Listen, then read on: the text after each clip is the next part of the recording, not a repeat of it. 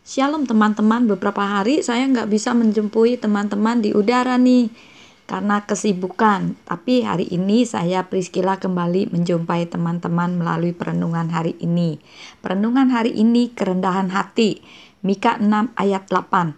Di situ dikatakan, Dia telah memberitakan kepadamu apa yang baik.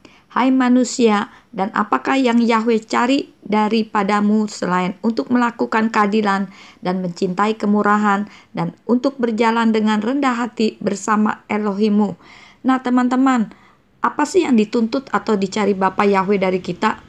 Yaitu keadilan, kemurahan, kerendahan hati. Dan mengapa Elohim menuntut kita supaya kita memiliki sifat atau hidup dalam kerendahan hati?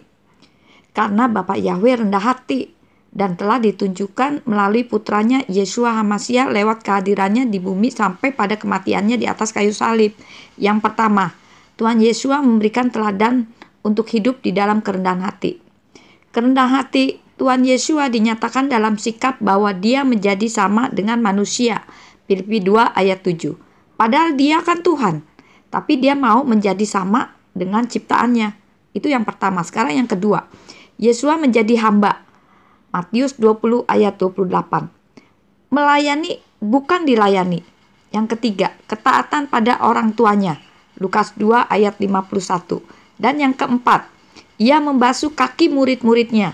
Yohanes 13 ayat 5. Dia seorang pemimpin loh teman-teman. Namun dia mau merunduk dan membersihkan kaki. Kaki itu bagian yang paling kotor dari tubuh ke anak buahnya. Ini terbalik dengan para pemimpin dunia. Yang kelima, dia membiarkan dirinya masuk dalam penderitaan. Dia dihina, dipermalukan, sampai mati di atas kayu salib. Nah, kita sebagai anak-anaknya yang telah ditebus pun harus memiliki sifat rendah hati seperti Tuhan Yeshua.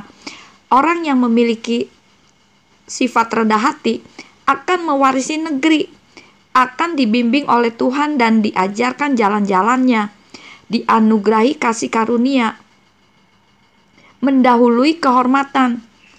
Nah, banyak orang yang berlomba-lomba untuk dapat menduduki kursi kekuasaan supaya mendapat kehormatan. Tetapi firman Tuhan katakan barang siapa yang rendah hati, dia mendahului kehormatan. Ganjaran kerendahan hati adalah kekayaan, kehormatan, dan kehidupan. Kekayaan, jalan hidupnya dipermudah oleh Elohim. Dikenan Elohim sehingga dia berhasil memperoleh kekayaan rohani dan jasmani. Kalau kehormatan, disegani, dihargai, dan disukai banyak orang. Orang menyebutnya sebagai orang yang berkarisma, sehingga apa yang dikatakannya orang akan mendengarkannya dan mengikutinya. Kemudian kehidupan, tidak perlu khawatir akan hidup ini karena orang yang rendah hati mewarisi negeri. Kehidupan di bumi sampai di sorga menjadi bagiannya. Jadi teman-teman, yuk kita berlomba-lomba mengikuti teladan Tuhan Yeshua dalam hal kerendahan hati. Kerendahan hati itu menghasilkan kekayaan, kehormatan, dan kehidupan teman-teman. Nah, sekian renungan hari ini. Saya mengharapkan semua diberkati oleh Bapa Yahweh. Tuhan Yeshua memberkati.